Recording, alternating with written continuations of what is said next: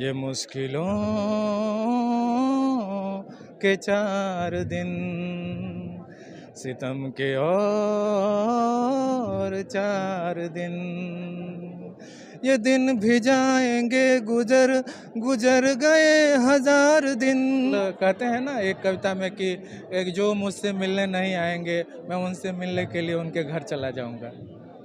तो पाठकों से मिलना होगा। हम लेखक के दम्भ को लेकर के और लेखक बने रहना नहीं तो हिंदी के लेखकों का अरे मैं तो एक किताब आ गई और बड़े लेखक हो गए, तो ये दम्भ नहीं है। पाठ लेखकों की दुनिया जो होती है, जो उनका जीवन होता है, वो जी काफ़ी संघर्षमय होता है, ऐसा जी अक्सर कहा जाता है। प्रभाव तो पड़ा है क्योंकि मेरी पत्नी के नहीं रहने के बाद मैं 3-4 साल तक लेखन से दूर रहा है। तो त्रासदियाँ तो घटती रहती हैं, ये जीवन है और त्रासदियाँ प्रभावित करती हैं मनुष्य को। है इश्क मस्ताना का जो विषय था वो सोशल मीडिया था। फेसबुक और सोशल मीडिया के मार्फत किस तरह से संबंध बनते हैं। मैं जहाँ बैठकर लिखता हूँ कविताएं, वहाँ तक अन्न की सुरीली गंध नहीं पहुँचती। यह मार्च के शुरुआती दिनों की उदासी है जो कविताओं पर सूखे पत्ते की तरह झर रही है, जबकि हरे रंग हमारी ज़िंदगी से गायब होते जा रहे हैं और चमचमाती रंगीनियों के शोर से होने लगा है नादान शिशुओं का मनोरंजन। संसद में बहस करने लगे हैं हत्यारे। नमस्कार। बुक फेयर चल रहा है, विश्व पुस्तक मेला, और प्रगति मैदान में लगा हुआ है और यहाँ पर तमाम स्टॉल हैं, हिंदी साहित्य की किताबें हैं, तमाम लेखक तमाम लोगों से अपने मुखातिब हो रहे हैं तमाम किताबों के साथ।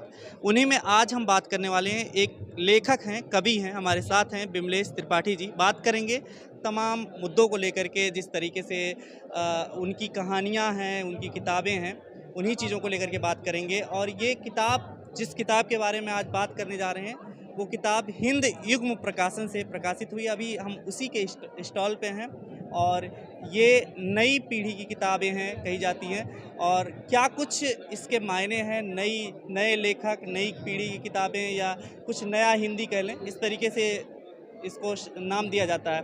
बिमलेश त्रिपाठी जी, सबसे पहले आपका स्वागत है। जी शुक्रिया। ये हिंद युग से मेरी किताब आई है कविता की, आदमी की बात। तो ये जैसा आपने कहा कि हिंद युग प्रकाशन ने पाठकों की एक पूरी पीढ़ी तैयार की है और नई वाली हिंदी का नारा दिया है। एक उपन्यास भी हमारा यहाँ से आ चुका है और ये बहुत ही चर्चित रहा और इसको लोगों ने बहुत प्रशंसित किया। और ये कविता की किताब यहाँ से आई है जिसमें अलग तरह की कविताएं हैं। वैसे तो ये छठा कविता संग्रह है, लेकिन इसमें कुछ समय की अनुगूंजें आपको सुनाई पड़ेंगी और मुझे लगता है कि आप इसे पढ़ेंगे और पढ़ा ही होगा आपने, तो आपको पता चला होगा कि इसमें क्या क्या बातें जो हैं। किताब अभी आई है, आदमी की बात, इसके बारे में भी बात करेंगे। नई किताब है और इसको शायद आप लोग अगर पढ़ेंगे तो बहुत कुछ इसके बारे में जानेंगे। साथ ही साथ बिमलेश त्रिपाठी जी के बारे में जानने के लिए आपको ये इंटरव्यू देखना होगा। तो सबसे पहले हम यहीं शुरू करते हैं। आप बिहार के रहने वाले हैं मूलतः, तो अब तक कितनी किताबें आपने लिखी है और किन किन विधाओं में?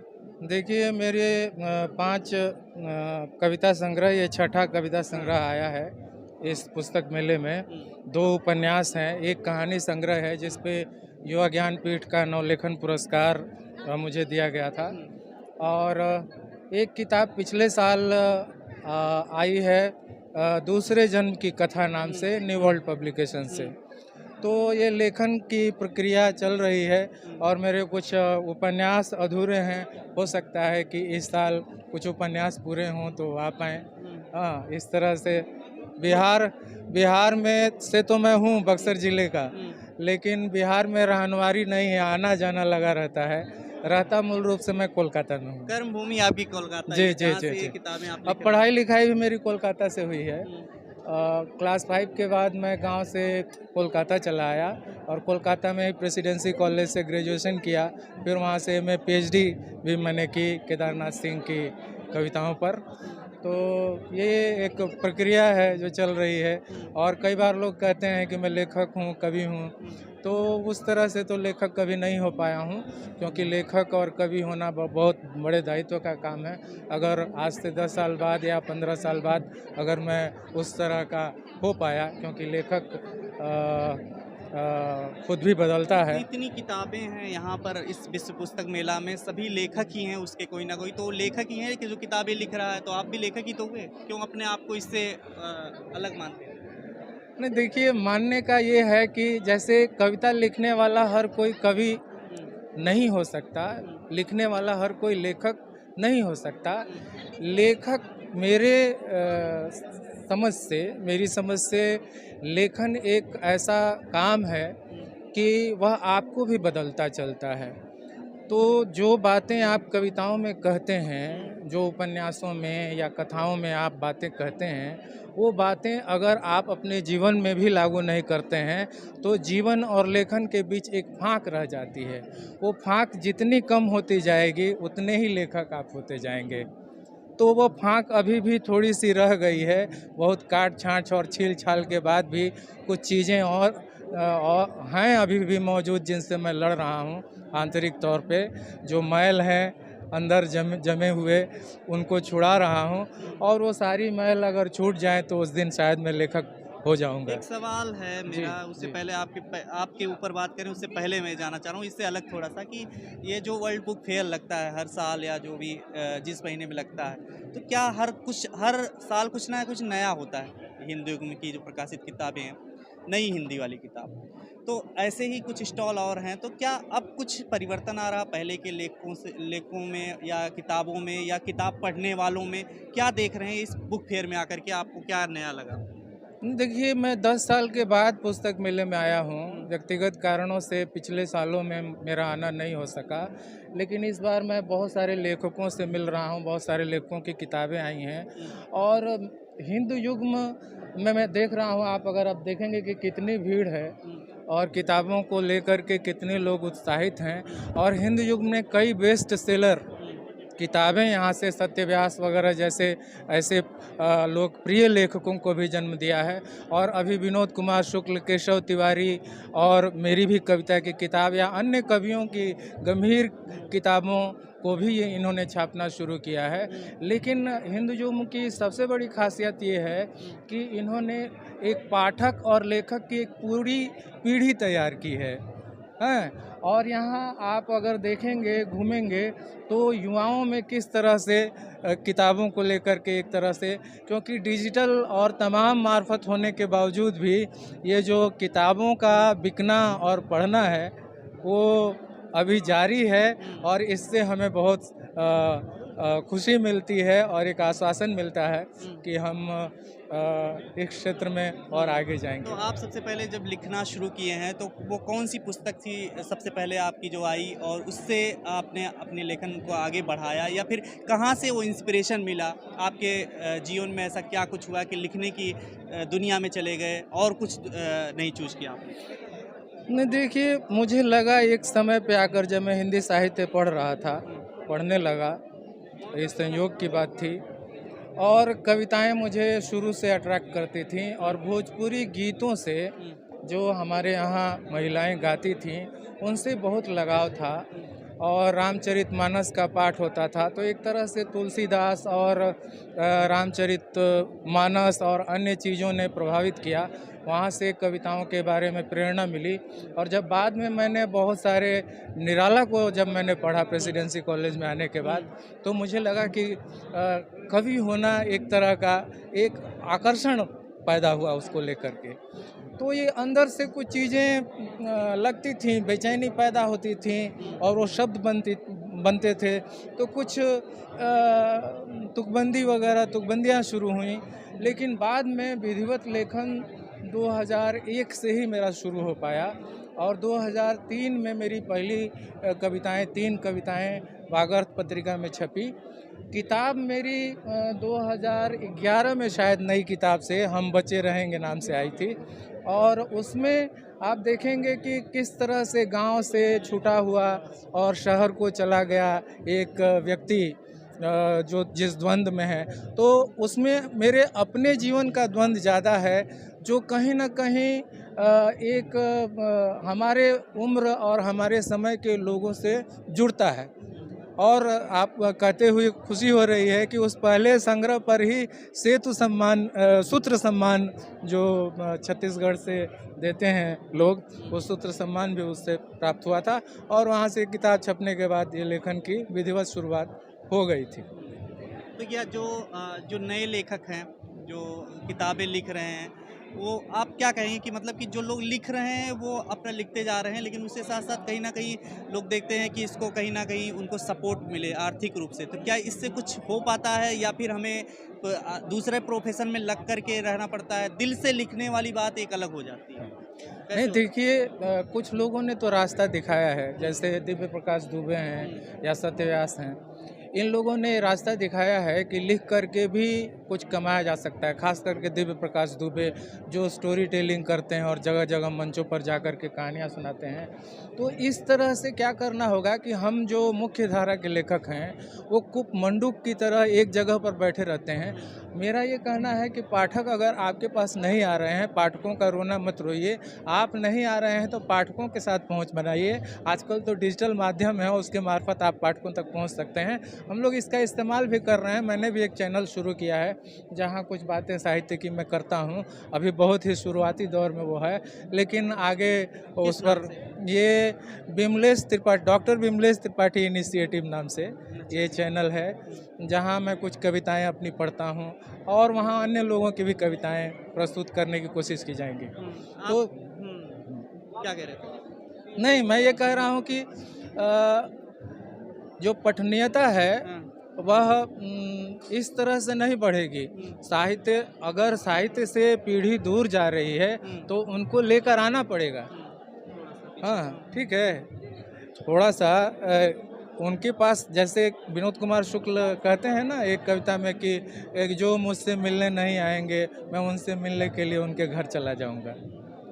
तो पाठकों से मिलना होगा। हम लेखक के दम्भ को लेकर के और लेखक बने रहना नहीं तो हिंदी के लेखकों का अरे मैं तो एक किताब आ गई और बड़े लेखक हो गए, तो ये दम्भ नहीं है। पाठक ज़्यादा महत्वपूर्ण है, क्योंकि पाठक ही आपको लेखक बनाते हैं।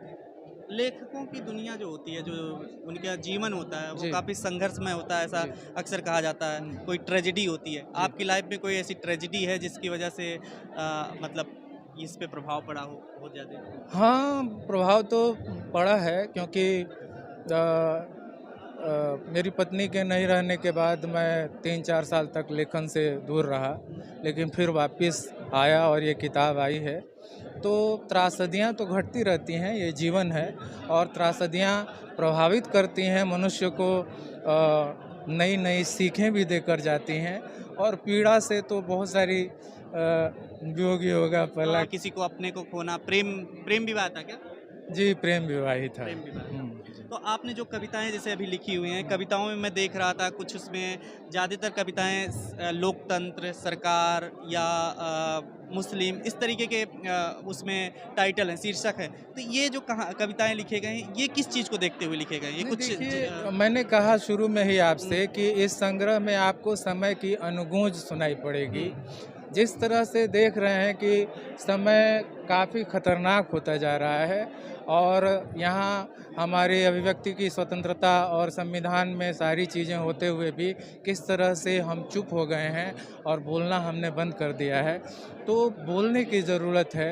और ये आज के समय में पत्रकार तो अपना जो पत्रकारिता धर्म नहीं निभा रहा है, लेखक धर्म नहीं निभा रहा है। ऐसे समय में आप किताबों के माध्यम से, कविताओं के माध्यम से मतलब संदेश दे रहे हैं, तो ये मतलब कैसे ये ताकत मिलती है, कहाँ से? ये ताकत इस तरह से मिलती है। मैंने एक बांग्ला फिल्म में देखा था, एक एक्टर कह रहा था, थिएटर आर्टिस्ट था, वो कह रहा था कि देखो, एक भी प्रेक्षागृह में अगर एक भी दर्शक तुम्हारी बातें सुन रहा है या देख रहा है तो तुम्हें पूरी ताकत के साथ और पूरी ऊर्जा के साथ अपनी बात रखनी होगी, अपनी बात कहनी होगी।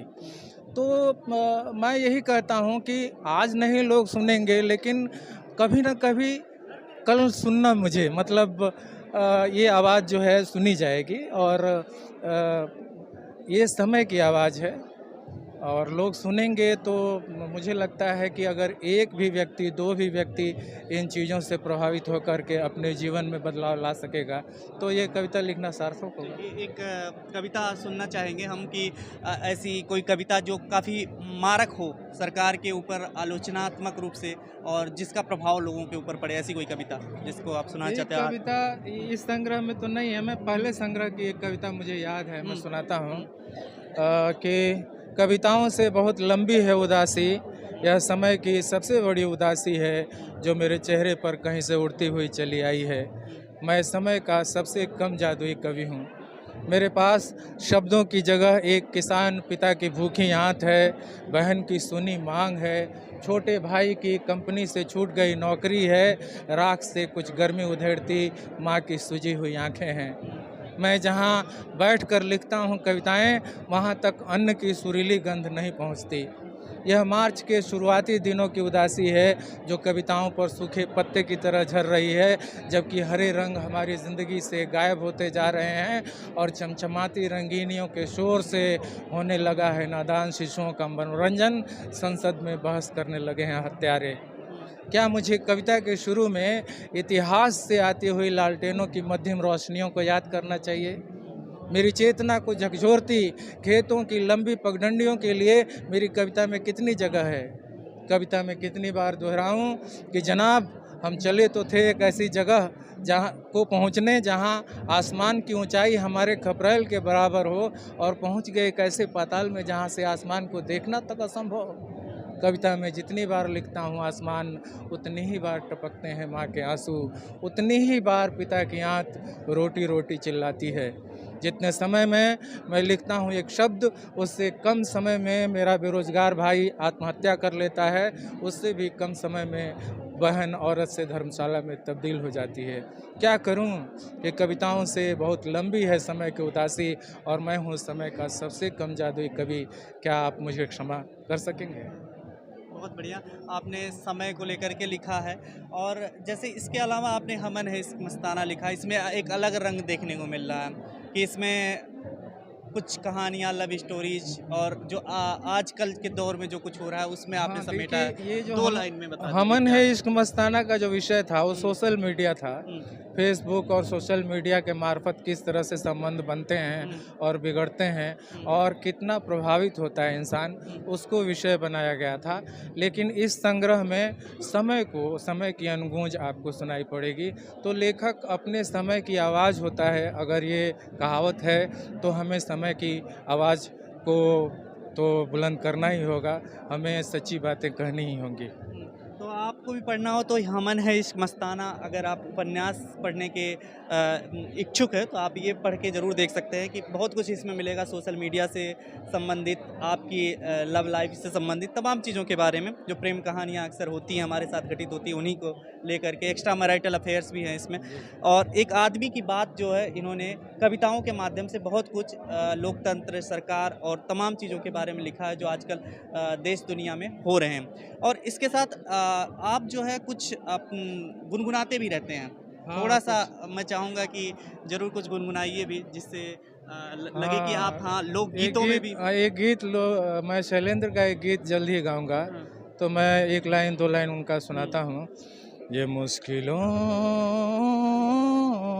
के 4 दिन, सितम के और 4 दिन, ये दिन भी जाएंगे गुजर, गुजर गए 1000 दिन, गुजर गए 1000 दिन, ये मुश्किलों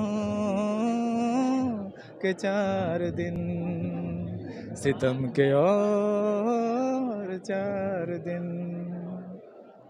बहुत बढ़िया। प्रगति मैदान में वैसे अक्सर लोग आते हैं, किताबों की दुनिया में तो जाते ही हैं, साथ ही साथ यहाँ पर पूरे देश से, देश ही नहीं मतलब मुझे लगता है कि पूरे विश्व से तमाम कोनों से लोग आते हैं और यहाँ पर अक्सर एक बार उनका संगम होता है, कहीं ना कहीं एक दूसरे से मिलते हैं, अचानक से यहीं बुक फेयर में मुलाकात होती है। आप यहाँ से चाहे कोलकाता हो, आप जैसे कोलकाता से ही आए हुए हैं, तो ऐसे लेखकों से भी मुलाकात होती है और यहीं पर लेखकों की दुनिया पता लगती है अक्सर। और आप जो इंटरव्यू सुन रहे हैं वो इंटरव्यू शायद उसका 2-3% भी नहीं होगा जितना आप यहाँ पर बात अपने जीवन के बारे में, किताबों के बारे में कर रहे हैं, उसके बारे में बहुत लंबी बातचीत हो जाएगी। लेकिन अब अंतिम रूप से आपसे जानना चाहूँगा कि एक मैसेज जो आपके जो मतलब जो रीडर हैं, जो लोग इसको सुन रहे हैं इंटरव्यू, उनके लिए, और क्या कुछ कहना चाहेंगे? मैं ये कहना चाहूँगा कि आप सच का साथ दीजिए। अगर लिख रहे हैं तो सच बोलिए और एक ऐसे समाज की कल्पना कीजिए जहाँ पर तमाम भेदभाव न हों और सब लोग सुखपूर्वक और शांतिपूर्वक रह सकें। और दूसरी चीज़ कि लेखन में आपके ईमानदारी होनी चाहिए और सच्चाई होनी चाहिए। ये दो, ईमानदारी और सच्चाई और प्रतिबद्धता, इन तीनों को सिर्फ ऐसे इंटरटेनमेंट के लिए लिखना और प्रतिबद्ध होकर लिखना, अगर लेखन की दुनिया में आते हैं तो आप पूरी तरह से तैयार होकर के आइए और जमकर लिखिए, सच बोलिए, सच लिखिए। हाँ, और इंशाअल्लाह मुझे यकीन है कि आज नहीं तो कल आपकी आवाज़ ज़रूर सुनी जाएगी। पढ़ने वालों के लिए आप क्या कहेंगे? लिखने वालों के लिए? पढ़ने पाठक ऐसे हैं कि पाठकों ने ही, पाठक सबसे महत्वपूर्ण हैं, क्योंकि पाठक नहीं होंगे तो लेखक का क्या महत्व है। हम जिन्हें संबोधित करते हैं उनका तो अस्तित्व होना ही चाहिए। इसलिए पाठक लेखक से भी ज़्यादा महत्वपूर्ण हैं, वो ज़्यादा बड़े हैं। मेरा ये मानना है कि पाठक बड़े हैं, क्योंकि पाठक हमारे इस लेखन को किस तरह से फिर से रिकंस्ट्रक्ट करते हैं, रिक्रिएट करते हैं, तो वो भी एक तरह से रचनात्मक काम करते हैं और वो बहुत महत्वपूर्ण है। क्योंकि हम लेखन तो लिख करके भूल जाते हैं, ये पाठकों के हवाले ये चीज़ें हो जाती हैं और तरह तरह से जो है लोग इसका अर्थ निकालते हैं और सीखते हैं। इसलिए पाठक हमेशा मेरे लिए भगवान की तरह, अगर कहें कि अगर यूनिवर्स है या प्रकृति है तो प्रकृति की ताकत की तरह है। बहुत बहुत शुक्रिया सर हमसे बात करने के लिए, और इसी तरीके से और भी आपको कुछ नया दिखाएंगे। फिलहाल हम बुक फेयर की बात कर रहे थे और आपने ये इंटरव्यू सुना। आप ज़रूर कमेंट करके बताइए कि कैसा लगा आपको यह इंटरव्यू हमारा और क्या कुछ कहना। खबरों में बने रहने के लिए फोरम 4 को सब्सक्राइब करें और नोटिफिकेशन पाने के लिए बेल आइकन दबाएं।